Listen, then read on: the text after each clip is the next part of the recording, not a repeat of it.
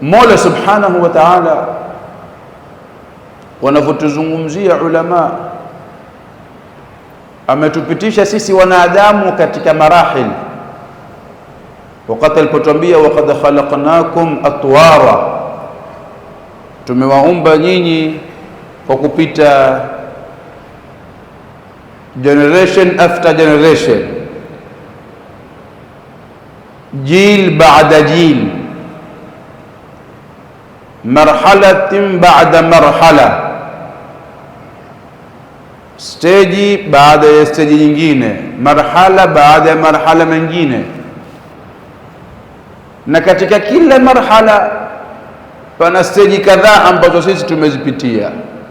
Marhala ya kwanza, ama ukitumia lugha ya umri wa kwanza, ni umri ambao ilikuwa sisi hatupo hapa duniani, tukiishi katika ulimwengu unaojulikana kwa jina la alamul ghaib, ulimwengu wa kutokuweko.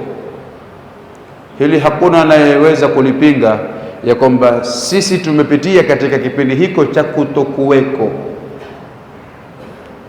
Katika steji yake ya mwisho, ulimwengu wa kutokuweko, ni pale utakapokuwa waishi wewe katika mgongo wa baba atakayekutoa katika mgongo wake akutie katika kizazi cha mama atakayebeba mimba yako.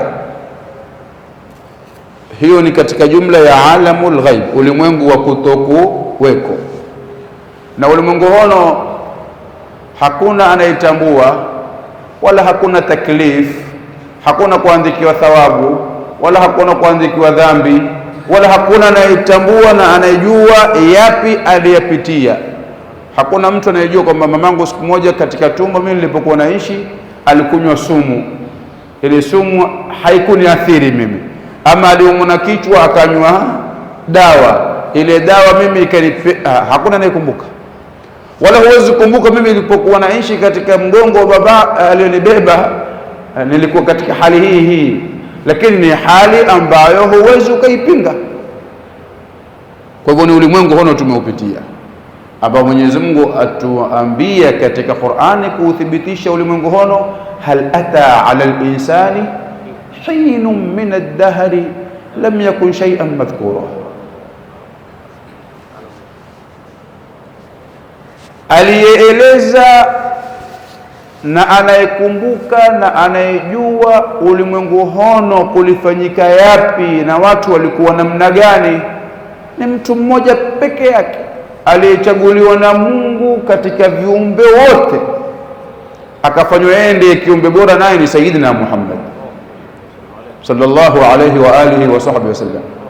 Asimame aeleze mbele ya masahaba, hadithi zitufikie tusikie maelezo yake, akijieleza yeye namna alivyogurishwa katika migongo ya mababa waliokuwa tahara, akipelekwa katika vizazi vya mamama waliokuwa wasafi, akituambia lam yaltaqiya abawaya, wazazi wangu hawakukutana ala sifahi, katika haramu qattu.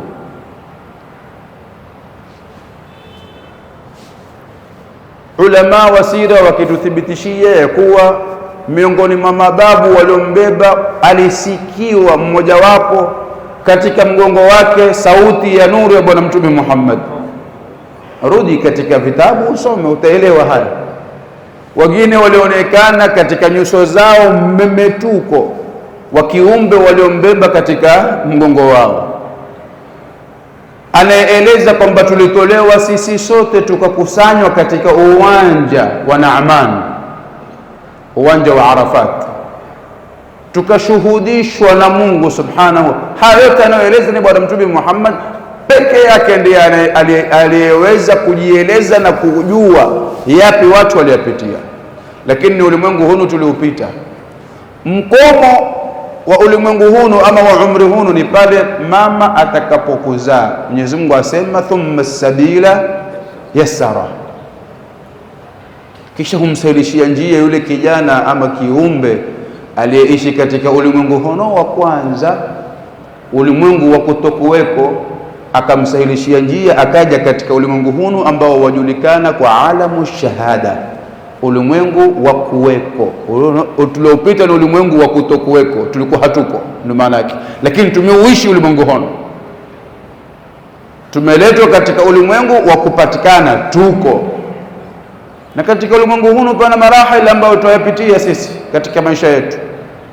Pana marhala ya siba, ya udogo, kisha mtu akue afike katika marhala al-bulugh, aende atoke katika marhala ya bulugh aende katika marhala ya shabab, barobaro, atoke katika marhala ya barobaro aende katika marhala ya sheikhukha, asonge mpaka afike katika marhala ya kibar, atoke mpaka wengine yuraddu ila ardhali al-umr.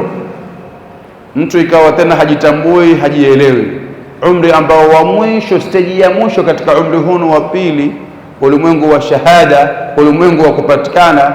Mtume alijilinda nao asifike katika marhala hayo ya mwisho ya hali ya kutojielewa tena.